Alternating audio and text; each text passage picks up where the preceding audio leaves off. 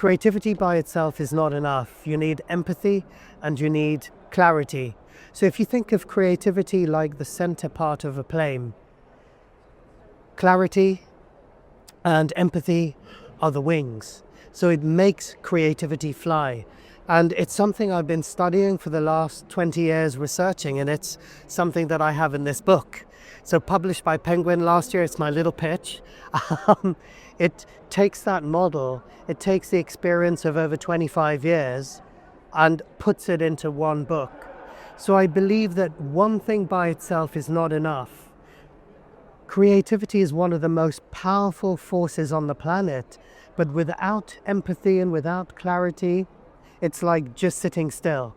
So creativity is your hand, empathy is your heart, and clarity is your head. And this is the powerful combination. Many people, not just companies, but the world, look at inclusive design as a thing that's nice to have. Where it becomes a must-have is you're missing out on markets. So to companies, I would say, if you look at women, half of the world.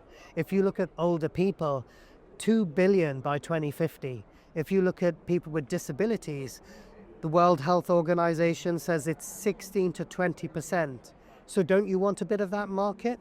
Let's also look at people of color. Let's look at children. Let's look at anyone who has a disability.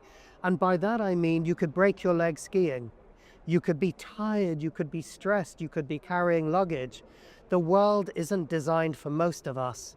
If you can design the world for everyone, don't you think people will want your product, your service, your environment? So this is the challenge of design. Inclusive design is design at its most powerful, its most open-hearted. It's design that needs to happen. It's just design, actually. So I define design as the act of creating. Inclusive design is the act of creating together. So companies that understand that will do well. Companies that include design within their strategy do 2 to 5 times better.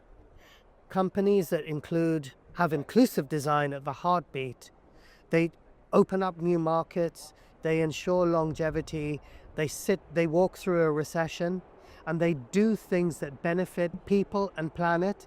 And what do people and planet lead to? A third P, profit. I think we're in a really interesting age with artificial intelligence. There's a huge amount of fear around it. People say AI is going to take jobs, particularly design jobs.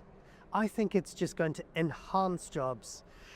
AI has already defined new types of jobs. And if we're truly creative, if we truly bring design as something that we should be looking at, design will evolve. Design will change, and we need to be on the forefront of the conversation. So design shouldn't just be sitting at the back saying, hey, let's be reactive. Design has to be active. So with new forms of technology that have come in, the technological revolution, the digital revolution, design has always benefited, but only if it's taken an active stance, and we need to do the same thing with AI. AI is a great servant, but a bad master. AI can look at large language models, it can process data, and it can be a good springboard. But humans have a level of creativity. Humans can make that creative leap, that inspiration. And another area where human beings are needed is leadership. So this whole book that I wrote on creative leadership, AI can help you be reflective about your leadership, look at situations, bring the data in, but you're the one that has to make a decision. You're the one that has to look at all of that data and make the human decision. Do not leave that to AI. That's too important. Leadership decisions are too important to be left to AI. And how do we know this? Well, if you start to look at agentic AI, there are instances where they have so much agency that when their human creators are trying to shut them down or limit them, they actually turn around and start blackmailing their human creators. So I'm not saying technology is a bad thing, but I'm saying the artistry of human beings, the ability to see three different things and bring them together. That is something that is incredibly important. So I have a belief in the world. I am an optimist. You can probably tell that from my jacket. It's shiny and sparkly.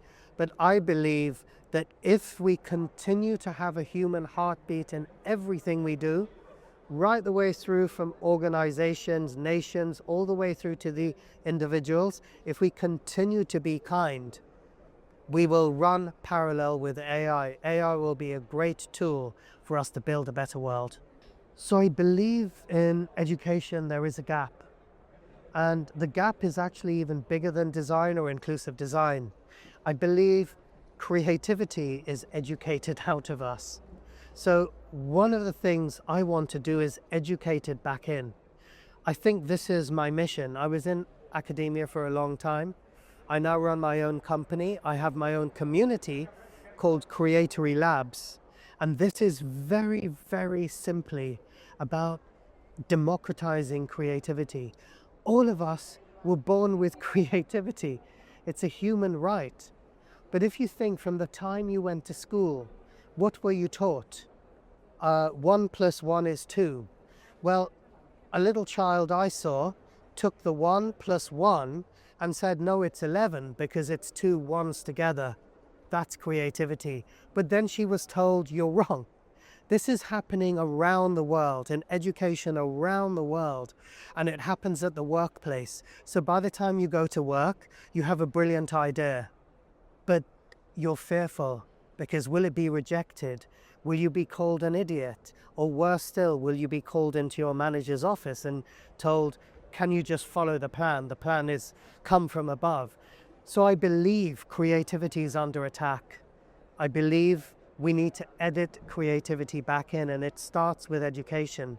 So design schools actually need to allow for more experiment, risk. Organizations need to have continuous professional teaching. We need to be creative throughout our lives. And if you don't do that, you'll be dead in 10 years. So this is not a harsh warning, but it is a hard warning. We need to bring creativity back in. And if we don't, I think that is when we stop being human. So I think the final thing to say is let's not go back to 500 years ago where you could be exiled or executed for being creative, where being a social innovator was one of the most dangerous things on the planet. We need to celebrate creativity and not just do what I call creative posturing, where CEOs or leaders or head teachers will say creativity is very important. Then you ask students, you ask the workers, can you use creativity in your everyday life? And they say no. And that is a piece of research that I saw. So we need to bring it back in, be vibrantly creative and celebrate creativity, because 1 + 1 can equals 2, but 1 + 1 should also equals 11.